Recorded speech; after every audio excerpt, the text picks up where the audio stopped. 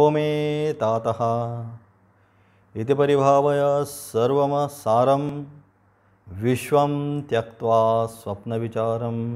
हे विश्व कसं आहे तर स्वप्नामध्ये असणारा जो विचार, जसा आपण जागृत अवस्थेमध्ये आल्यानंतर काय होतं, त्याची वास्तविकता ज्याप्रमाणे राहत नाही त्याप्रमाणे जोपर्यंत अज्ञान निद्रेमध्ये आपण झोपलेले आहोत तोपर्यंत काय, तर तोपर्यंत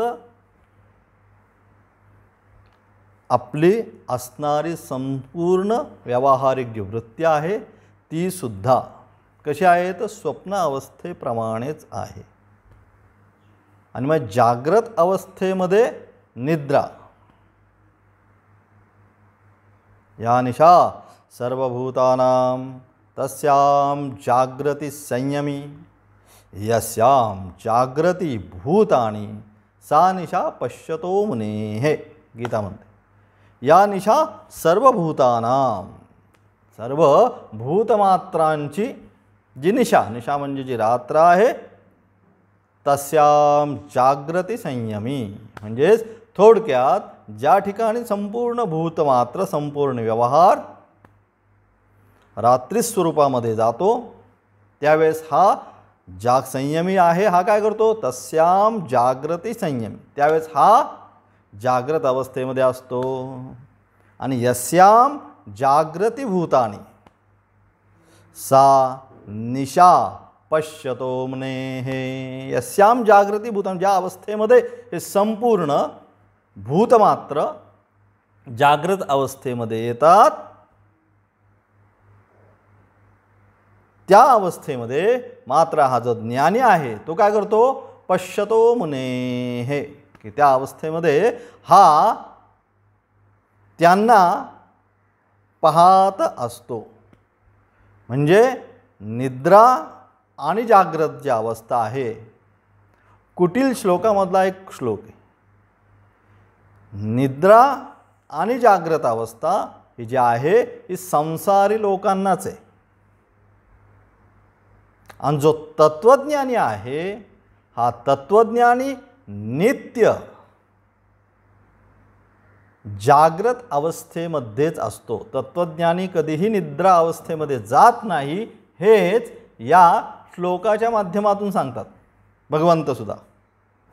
आणि म्हणून विश्वम त्यक्त्वा काय, स्वप्न विचारम, हे संपूर्ण जे विश्व आहे कसं त्याग केलं पाहिजे, ज्याप्रमाणे स्वप्नामध्ये असणारे विचार, ज्याप्रमाणे आपण काय करतो तर त्याग करतो, त्याप्रमाणे आपण या संपूर्ण प्रपंचाचे असणारे विचार त्या स्वप्न विचारावत त्याग केले पाहिजे. पुढे जाऊन आचार्य म्हणतात, त्वयि मयि चान्यत्रैको विष्णु व्यर्थम कोप्यसे मय्यसहिष्णुः भवसमजित्तः सर्वत्र त्वं वाञ्छस्य चिराद्यति विष्णुत्वं.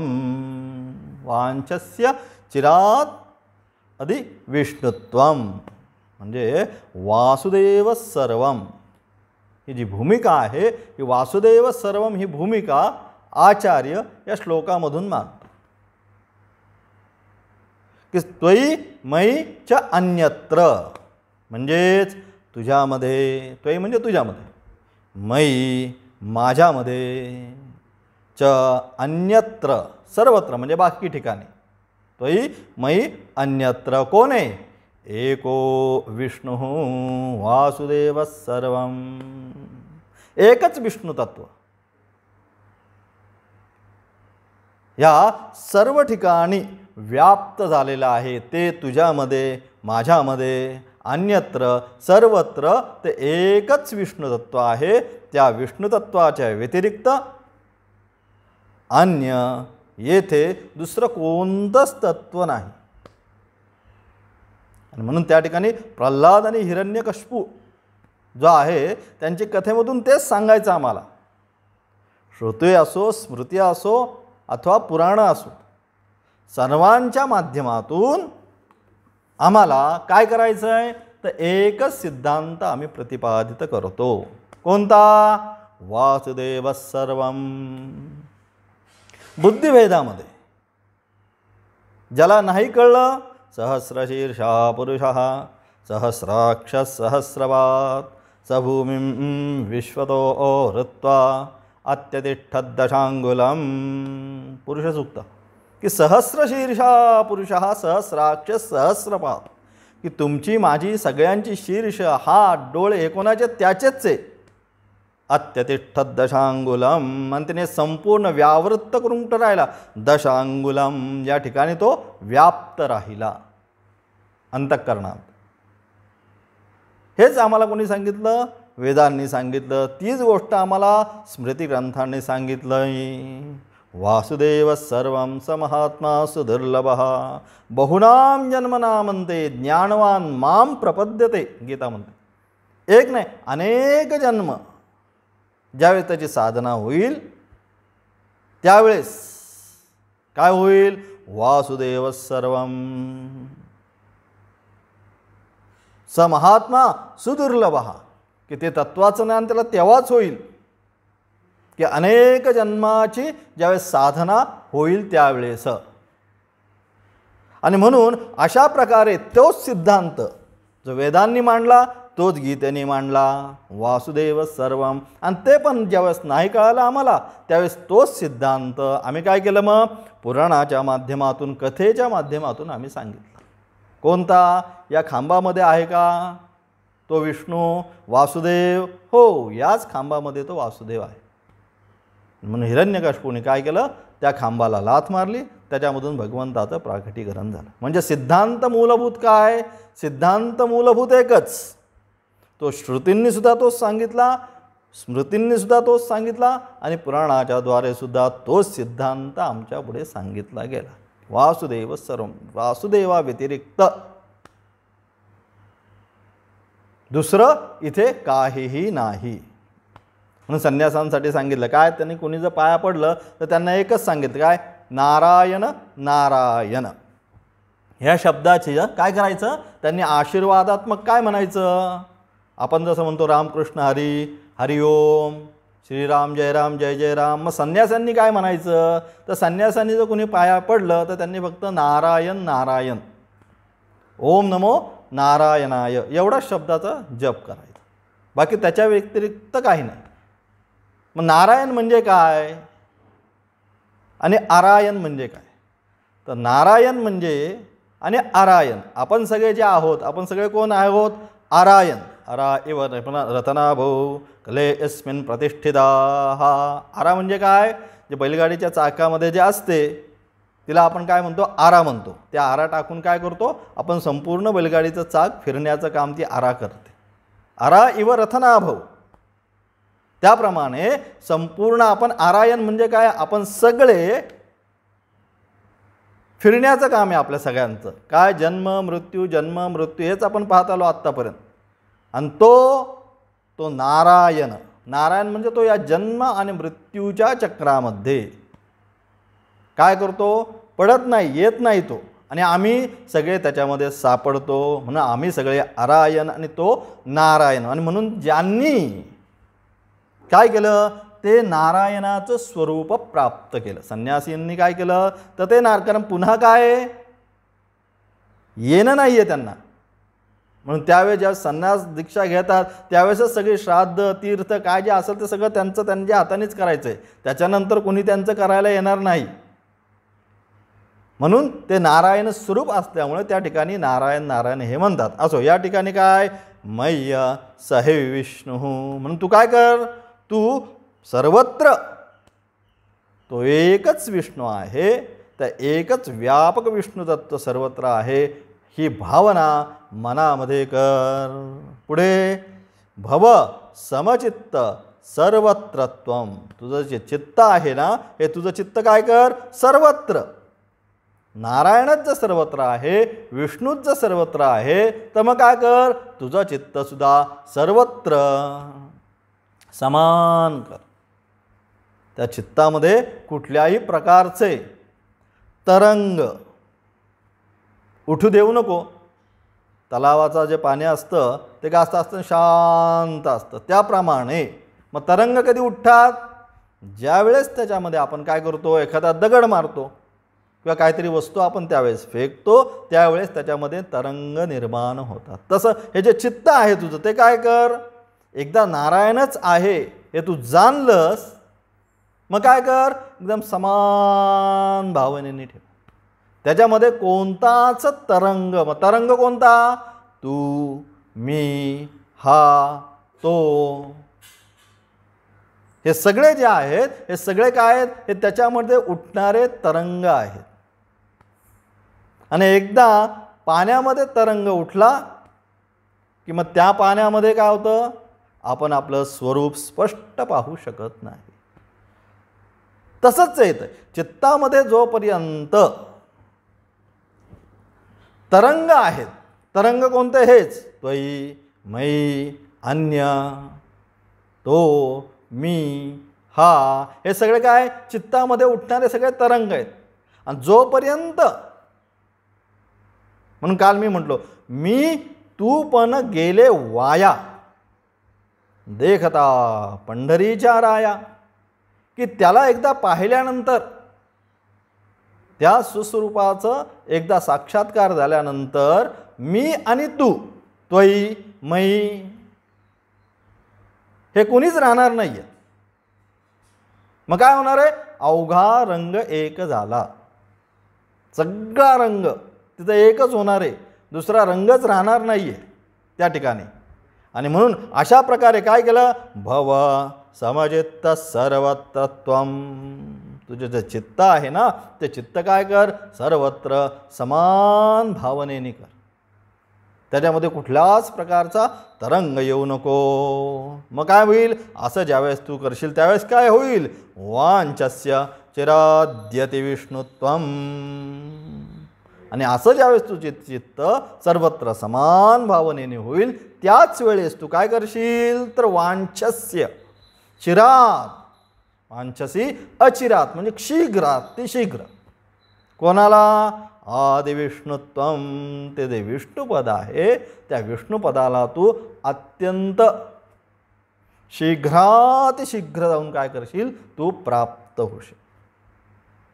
म्हणून अशा प्रकारे साधकाला साधन अवस्थेमध्ये सर्वात महत्त्वाची असणारी साधना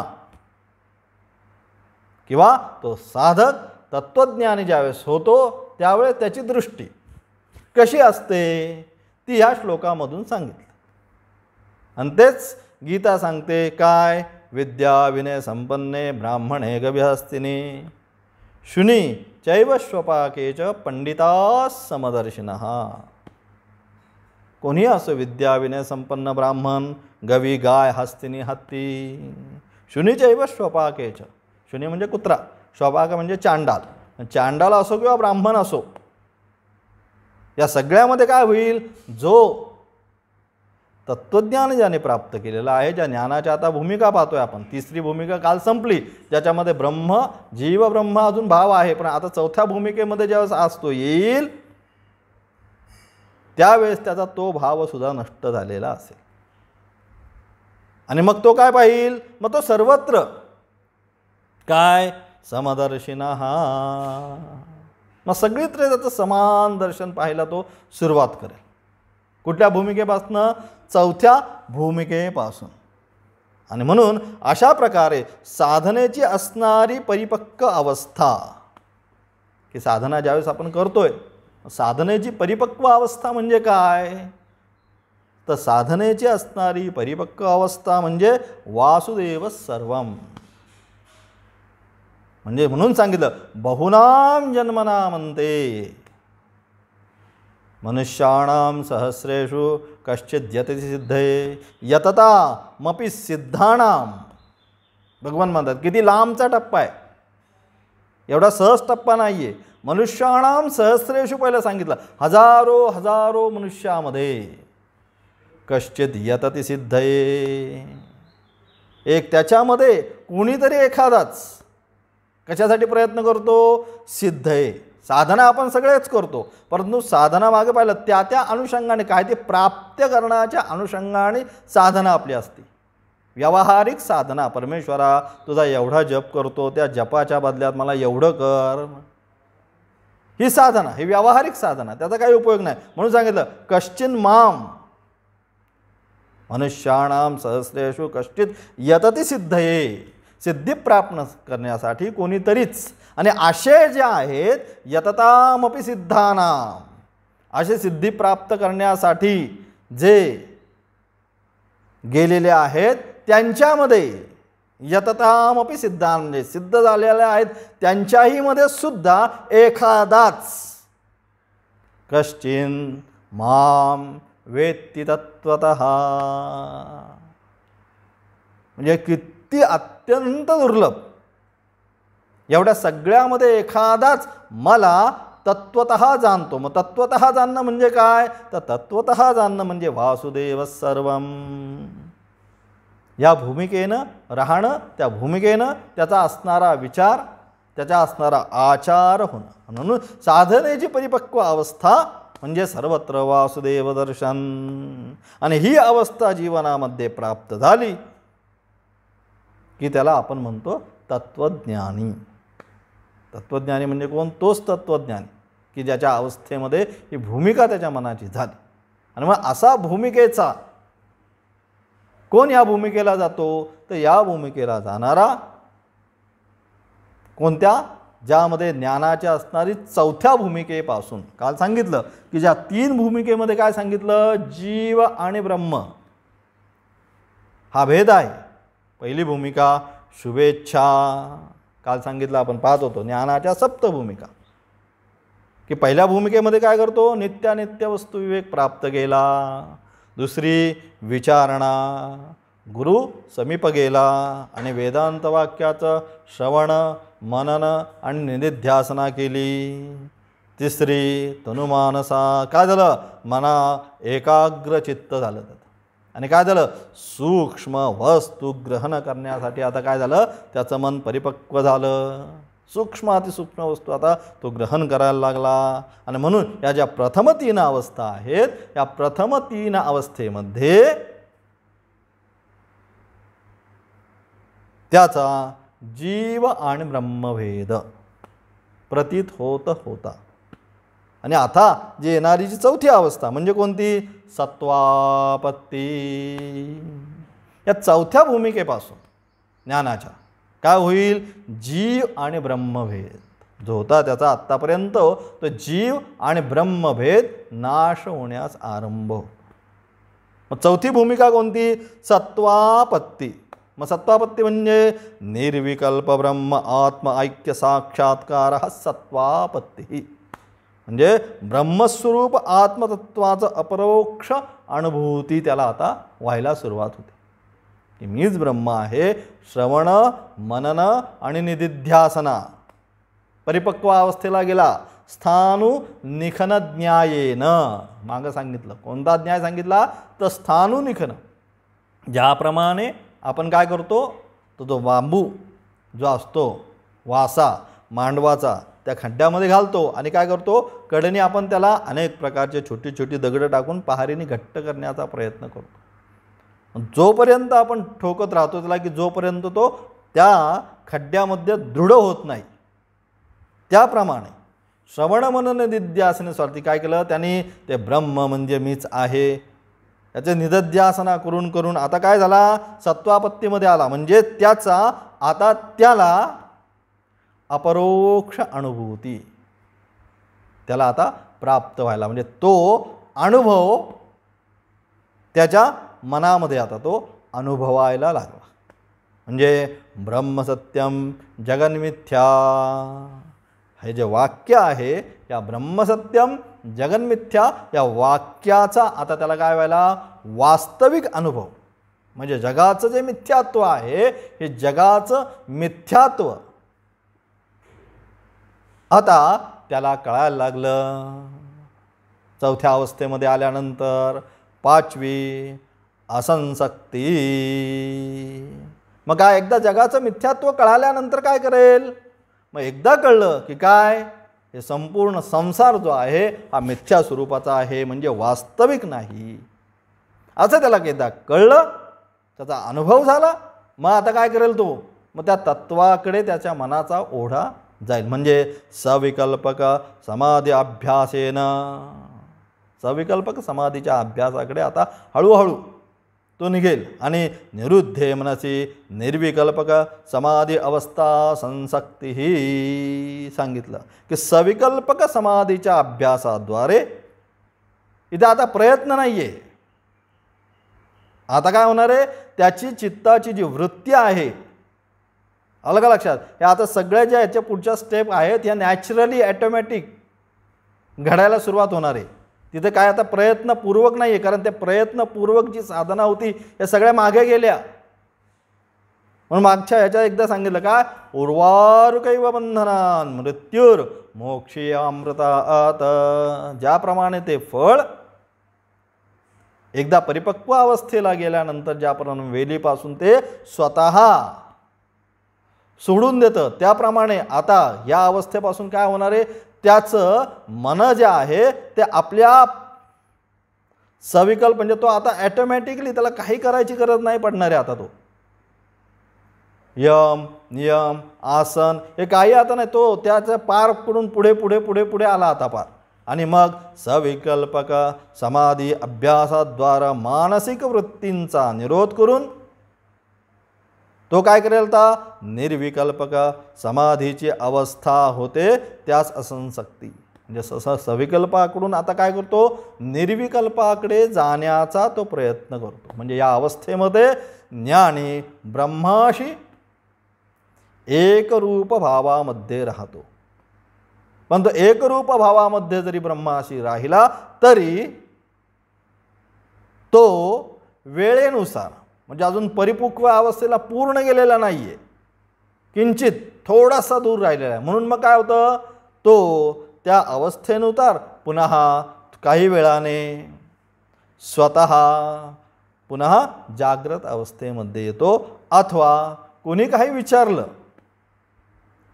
आता हा सगळ्या लोकसंग्रहापासून दूरच गेलेला आहे, लोकसंग्रहामध्ये राहिलेला नाही आहे.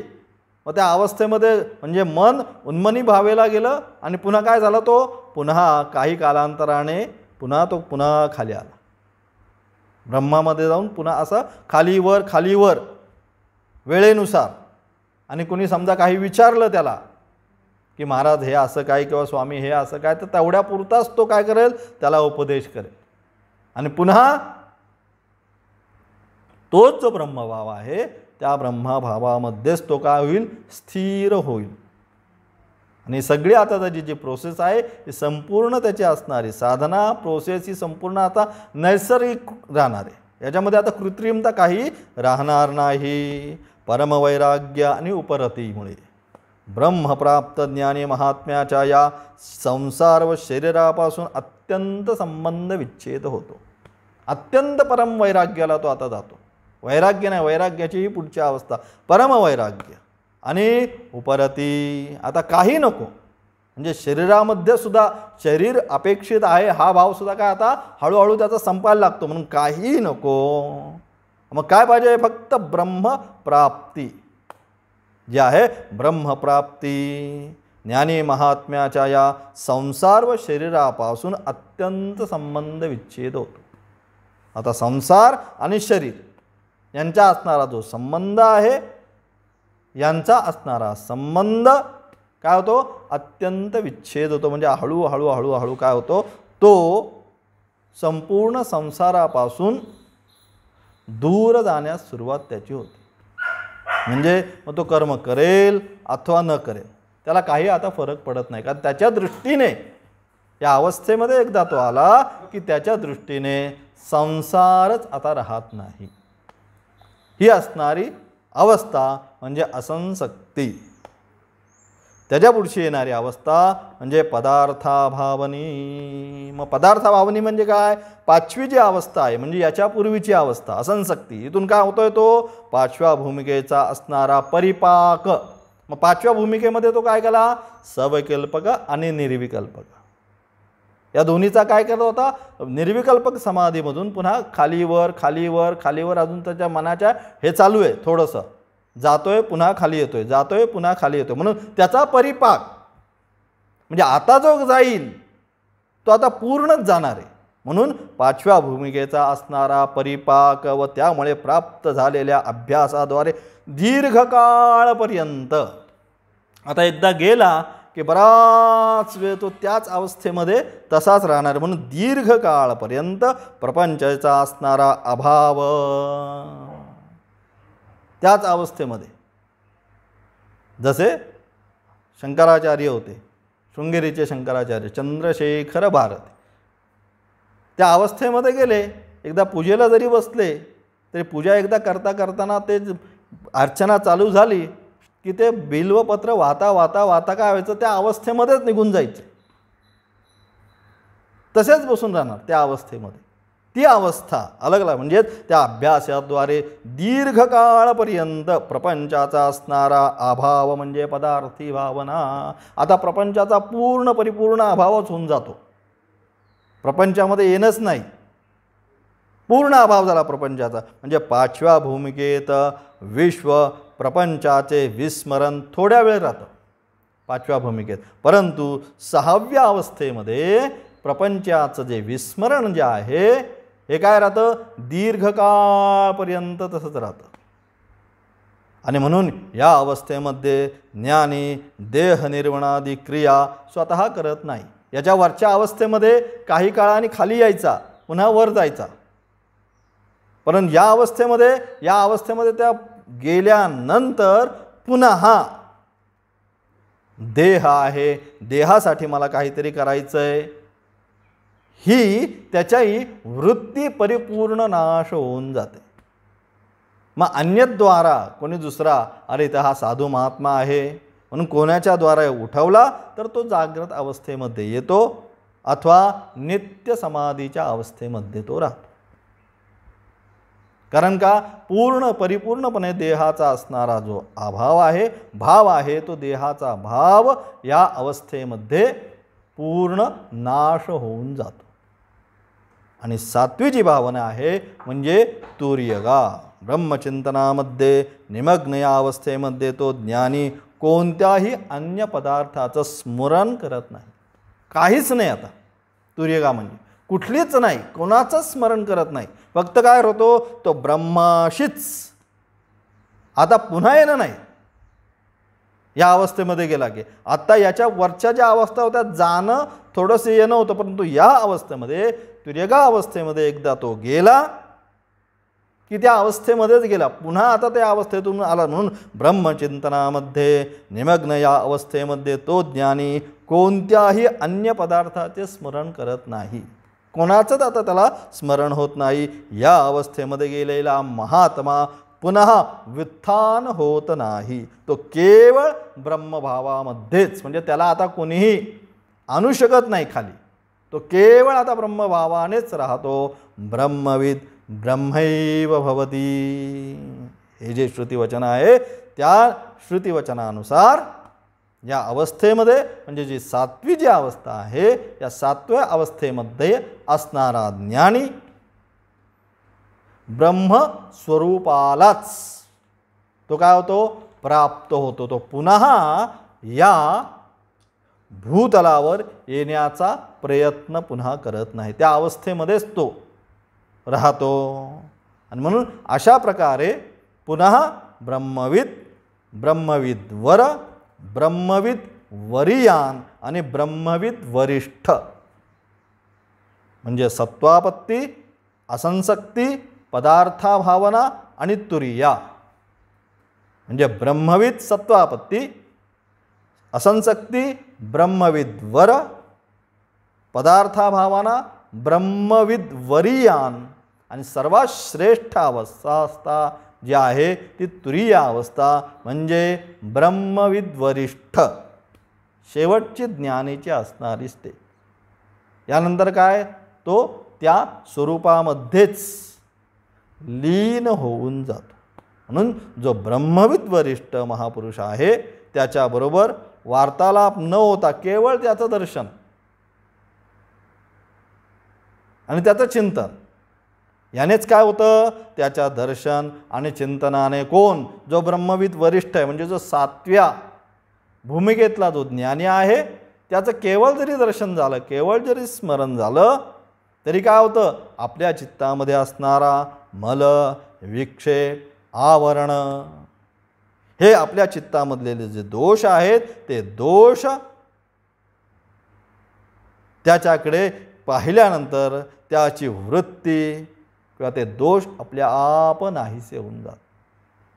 म्हणून आपल्याकडे सत्पुरुष किंवा साधू दर्शनाचं जे महत्त्व आहे ते याकरता की त्याच्या दर्शनाने सुद्धा आपल्या मनातील असणारे जे दोष आहेत ते दोषसुद्धा आपल्या आप नाहीसे होऊन जातात.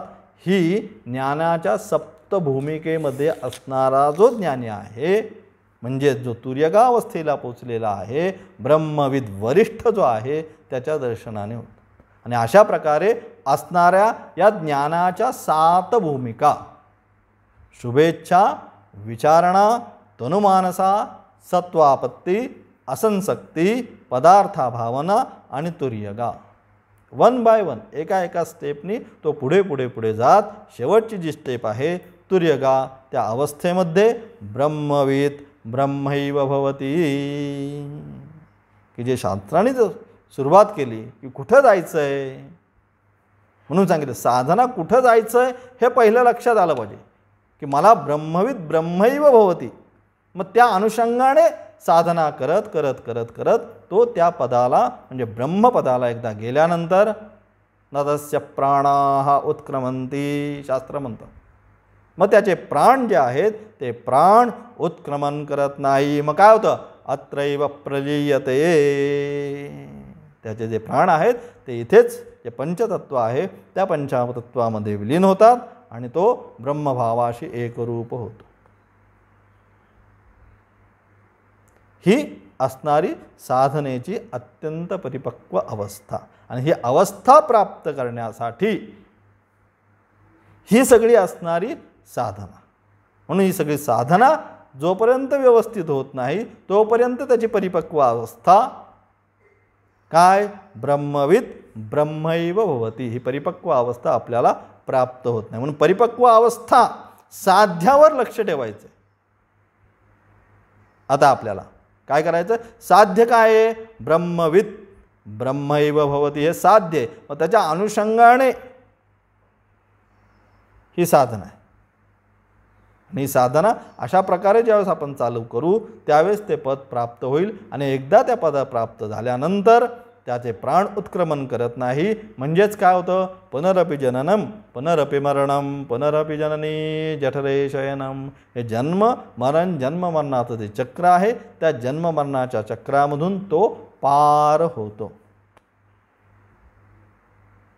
याच्यासाठी वेदांत काय शिकायचं, तर वेदांत शिकण्याने जन्म आणि मरणाच्या चक्रामधून मनुष्याची काय होती, मुक्ती होते, मोक्ष त्याला प्राप्त होतो. जो परमपुरुषार्थ आपण सांगितला, धर्म अर्थ काम आणि मोक्ष, मोक्ष म्हणजे परमपुरुषार्थ, त्याच्याशी एकरूप भावाला जाण, तो त्याला प्राप्त होतो.